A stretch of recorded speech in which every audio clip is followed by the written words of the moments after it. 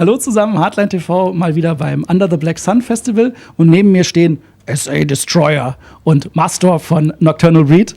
Hi. Thanks. Hi guys. Hello. Thanks for meeting us. You just released a new album. Is that right? Oh, you have it. You have it there. We only came for the violence, and it's kind of nice since it's been 5 years. We just needed to get an album out now, and that's what came out. You know, we're kind of pissed off old men, and when you're pissed off old men, this is what comes out. You have a song that has a very funny name. It's called Sharks of the Wehrmacht. Yeah, we love that name.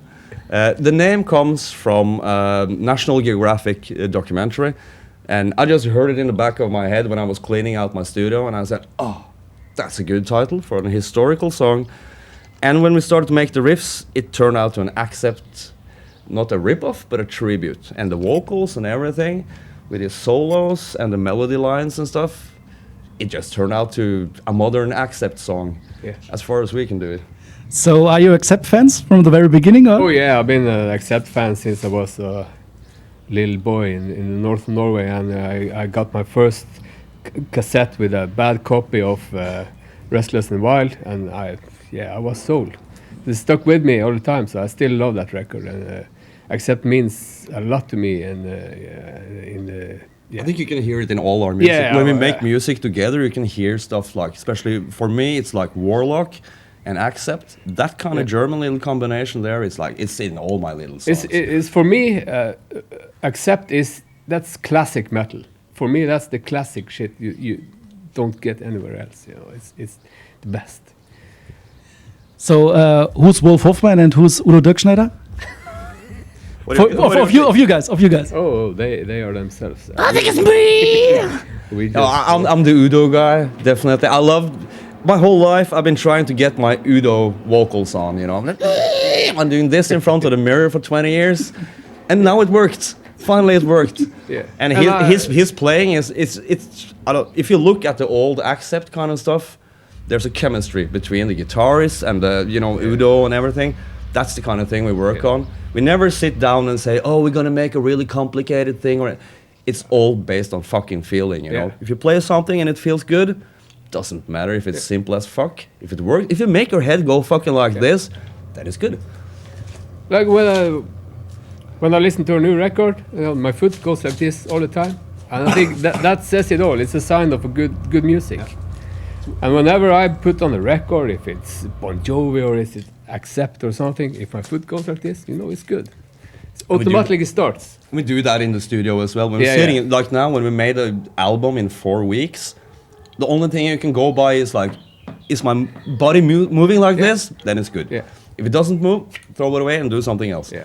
So that's the way we made the whole album. Actually, it's just on spontaneous feelings, and we winged it like we did. We winged it. Yeah, with what we did with No Retreat, No Surrender. That was the same thing. We had a couple of songs ready, and the rest we did in the studio just by what. It was feeling, inspiration, just kick all it. the shit you've been thinking about since you were 10 years old, listening to Accept or King Diamond or whatever. We just sat down and said, we need to get this out now. We have 4 fucking weeks, and that's what happened. And then Sharks of the Wehrmacht turned out to be an Accept song. You know? So I hope Udo will hear it. That would be the coolest thing if he can say, that sounds a little bit like Accept. We'll send a video of it to Udo. Maybe just we'll try. We'll put it on his Facebook page or whatever. That would be excellent. Yeah. Will you play this tonight? Yeah. No, not that song actually. Oh, not that song. Not too bad. Because we have to play the songs we kind of have released and not released. So this a little bit, and people ask for the old stuff. This is the first concert in 5 years, so we said, okay, it's 90% old stuff, so people can rock the fuck out. And when we come back in a month or two, then we do like half the new album and stuff like that. So it's just need time to finish the songs for the live performance and do it properly instead of just winging it. And they're kind of new to us as well, because since we made this in 2 weeks, in 4 weeks, or the songs are actually made in 2 weeks. We recorded it in 4 weeks, and so they're still new. I still put on a song and go, what the fuck? Wow, is this how it turned out? So we have to learn the song. Did I play this solo? Yeah, exactly. He's like that, just like, because he came in 2 days. 2 days, Just winged all the solos, improvised the solos in 2 days. because you don't have time, because you have to get back to work. And I live in another city, so I had a quick listen of the raw production of the song, and I just had to do this. Just had a half a bottle of Koskenkorva, and he did his solos. We've just been talking about the new album. This comes out on Folter Records, which is a German label based in Berlin, where we come from. Yeah. How did you get in touch? Because you were on Agonia Records from Poland before, and now you're on a German label. How did you come in contact with Folter Records? To be honest, I came in contact with Folter Records in 1996 when I toured with Satyricon. And Jörg from Folter Records, he was one of the guys who was arranging the concerts and stuff, and he was a really cool guy. He took me to the old Folter Records, the record shop, and we was hanging out for a day, and I've been kind of talking to him for 25 years, back and forth. And Agonia Records was a shit fucking label that fucked us in all the possible ways ever. So when we left them, I just said, next time we get a label, if we get a label, I need a decent one. I need some old school guys who understands. We have no contract. With Folter Records, it's all just a man shake. That's it. So it's completely different, and I trust them in a completely different way. And up until now, the work they've been doing is excellent. You know, there is no no's, there's only yes, and we will try to fix it, and that's beautiful. Yeah, I really respect it, and I feel good with this label because, as you said, they do it the right way. It's the old school way. It's based on trust, and and when you can trust someone, things happens. And like we see with this album, last album, we didn't even get the money for the studio. We had to pay it for ourselves. Agonia still owes 5,000 for that fucking album. That says everything. Yeah. And when it's like that, production gets even less good. You lose the fucking inspiration when you have a label that works against you. It's stupid. Now Folter just been like, yeah, all the time. Of course, it's fun to be in the studio. It's fun to say, can we make this T-shirt? There he comes. I love that stuff. It's not about the millions and not about the money and not about anything. It's just about making it the proper way. Yeah. Which was really hard during the 2000s years. Yeah. It feels good with Folter Records. They seem like real people. They care about the music, getting out the music, not making money and doing all this shit, and they have promoted us in a far better way than any other labels we had, and we feel like we have backup now, and that's really good, and I love them. For now, it feels really good. You already said that Nocturnal Breed has been around since 1996. Some people credit you as the original creators of the subgenre black thrash. What were your inspirations back then in 1996 to create a whole new genre of heavy metal? To be honest, I can tell this in a couple of minutes. I used to play in Satyricon, and I used to play in Gehenna. I quit Gehenna because the feeling was gone after 2 albums. Then I started in Satyricon, and that kind of speaks for itself. The feeling fucking disappeared, and I was sitting on a tour bus here in Germany with Satyricon. I was watching the people and listening to the music, and it's like, this is just going the wrong way. Everything is going the wrong way. So on that tour, I said to myself, we're going to start a new band. I'm going to call it Nocturnal Breed, and I need to go back to my fucking roots. I can't do this anymore. So I just went straight back, Accept, King Diamond, Iron Maiden, Motorhead, all that stuff. And I called Selenos from Dimmerborger, who I kind of grew up with, and I said, let's just do a fucking band. Let's not release an album. Let's only play for our friends and only make demo tapes. And it worked out way better than we ever expected. So it just kind of exploded, and the albums came.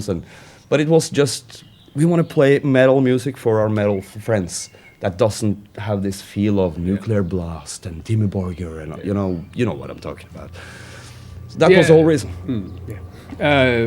What he was saying is like, when we make music, we want to make music that we could listen to, that we think is fun, that's simple, so just good feeling music that gets you body moving, and it's all about feeling. I think the whole thing about metal music is the feeling. If you go back to listening to, say, the first Iron Maiden albums or the first albums or any band, it's the feeling, it's the dedication. They didn't care about fucking money, they didn't care about anything, and then shit starts to change. I don't know about any band apart from Motorhead maybe that hasn't changed because of the money and the fame, and so we wanted just to go back to the street fucking level, and keep it there.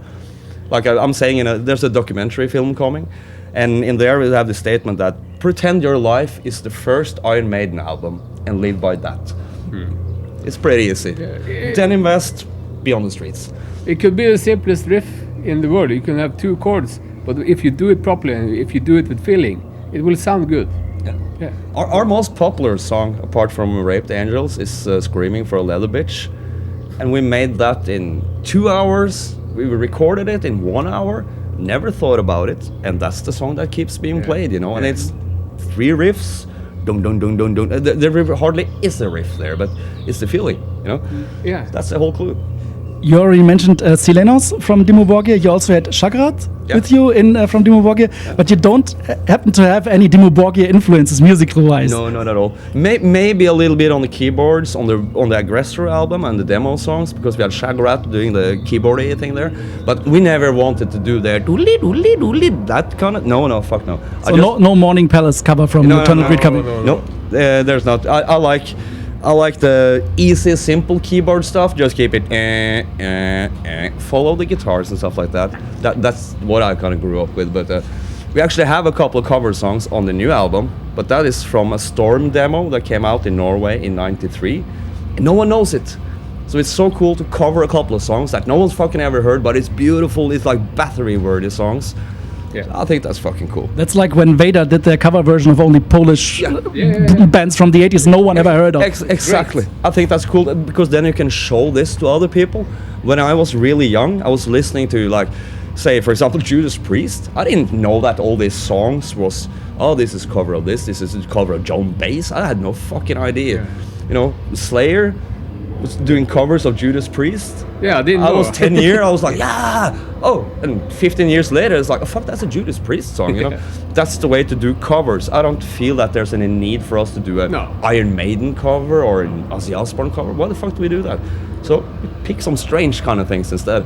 Yeah. Well, that's what Metallica did on the Garage EP. They exactly. I mean, some bands still make a living just off of that EP. So exactly, and there's like Killing Joke. You know, stuff like that. Metallica showed all these bands, Blitzkrieg, Killing Joke, Diamond Head. No, we had no idea these bands existed when we were kids. And then Metallica came and you just go, what the fuck? And you check out this. But I think that's a good way to do it. You don't need to cover Iron Maiden. Everyone knows fucking Iron Maiden, you know? So I think that worked out good. Yeah, it did. The 2 covers. I haven't heard of this band. It's only him that knew this band. So I knew this from the demo days in Stavanger and on the west coast of Norway. And this demo sold like, I don't know, 50 copies. And the guy who made it, he hates it. He doesn't want anything to do with it. So I said, well, okay, I'll show it to the fucking world instead then. So I think that's good. There are people, I'd like to tell you a quote that I found on the internet, which I think describes Nocturnal Breed quite properly. That says, a band like Nocturnal Breed is what comes about when a bunch of supposedly humorless black metal musicians get tired of acting so grim and nihilistic all the time and decide to have some fun for a change.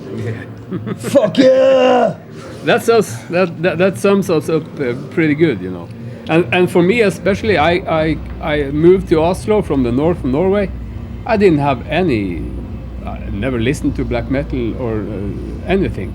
He knew Ted from Darkthrone though. Yeah, I knew it. Yeah. But I didn't know he was Ted from Darkthrone.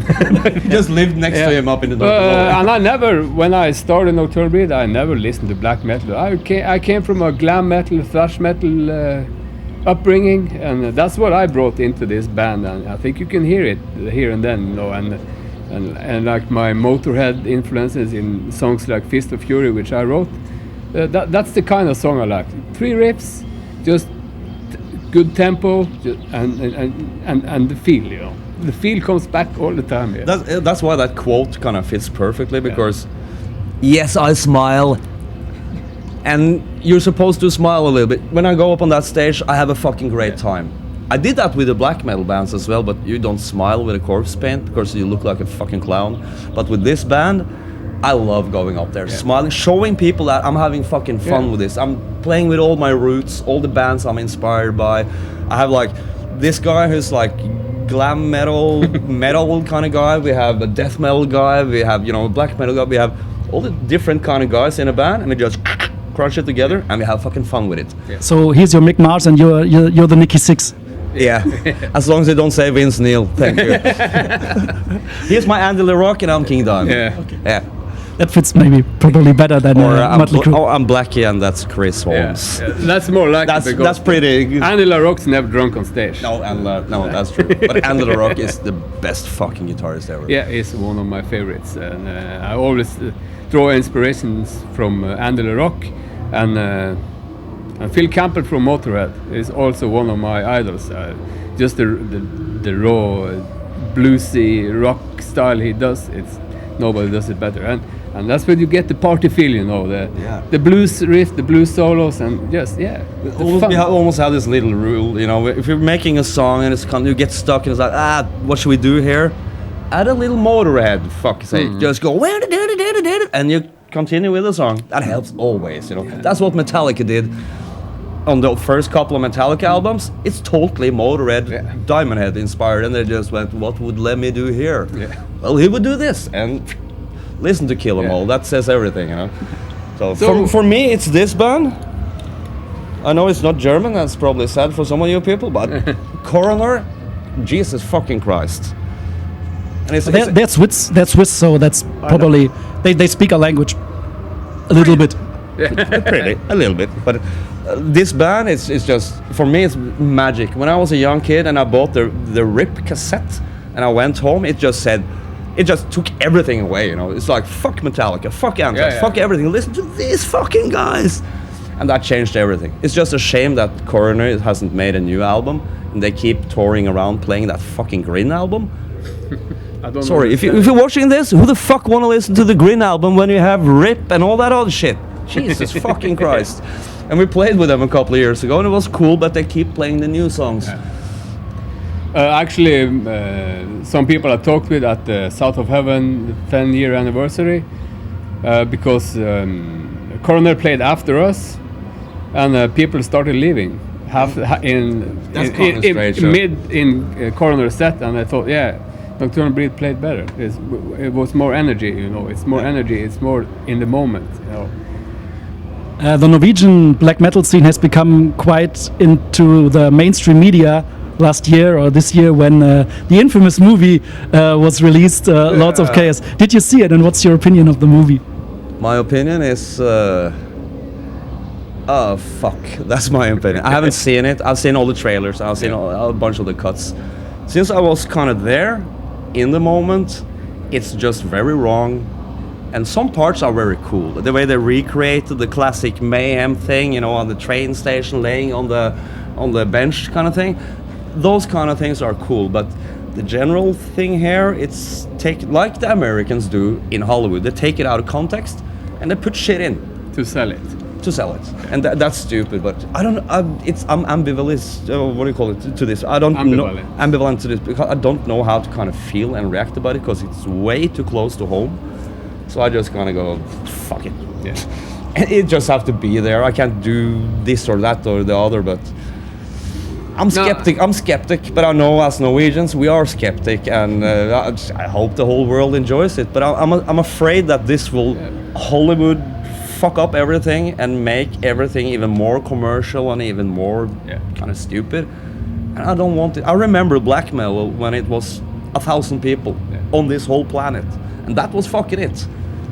It's not special anymore. It's not special at all anymore, you know, and that has to do with, you know, everything from Nuclear Blast to overproducing bands like Behemoth and Dimmu Borgir or, you know, Dark Funeral or whatever. It's turning into a little Lego kit, you know. If you're 15 years now getting into black metal, you get the starters kit, you know, the 4 first Burzum albums and you get the 3 first Darkthrone albums.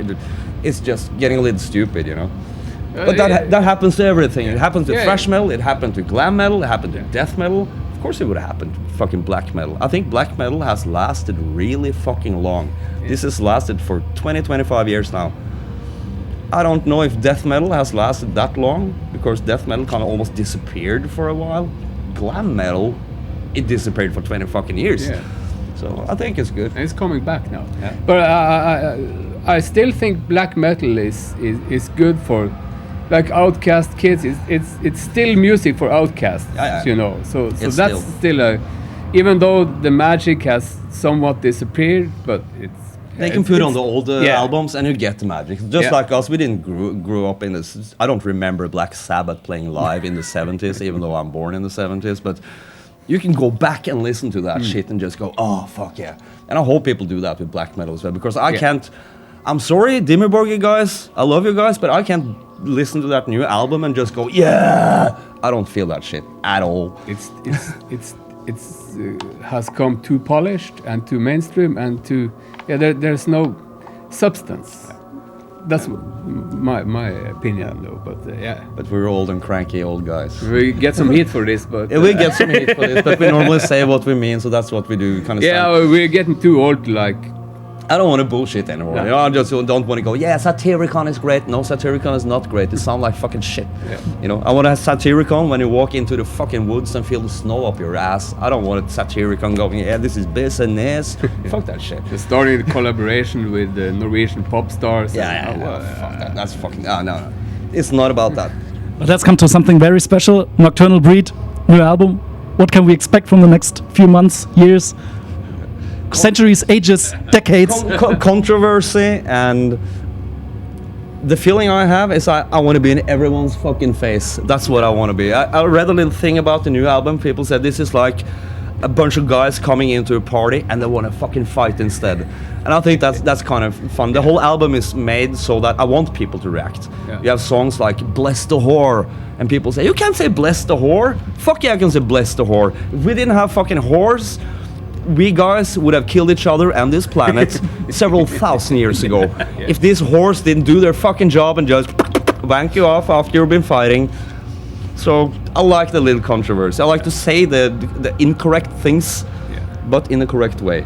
So People need to chill out and don't judge at the first sight. You know, you need to look into things if you're gonna criticize. So, don't criticize, fucking read and use your head, and you know, or else stay out of it. You know? You can criticize us. We don't give a fuck. You know, we're getting too old and too drunken. We've been through all this several times. You know, this is what we feel. This is what we think, and you just have to deal with it. But I hope you have fun while you're dealing with it. Yeah. Shaw said, we only came for the violence. Out just now on Folter Records, the best label in the world for Nocturnal Breed. Best label in the world, period. Period. I mean it. Like, seriously? Fuck all the other ones. Keep it like that. They are true. Yep. Like to the fucking bone. Kauft euch das Album, geht zu Live-Konzerten von Nocturnal Breed, sauft mit ihnen, prügelt euch mit ihnen, habt Spaß. Vielen Dank.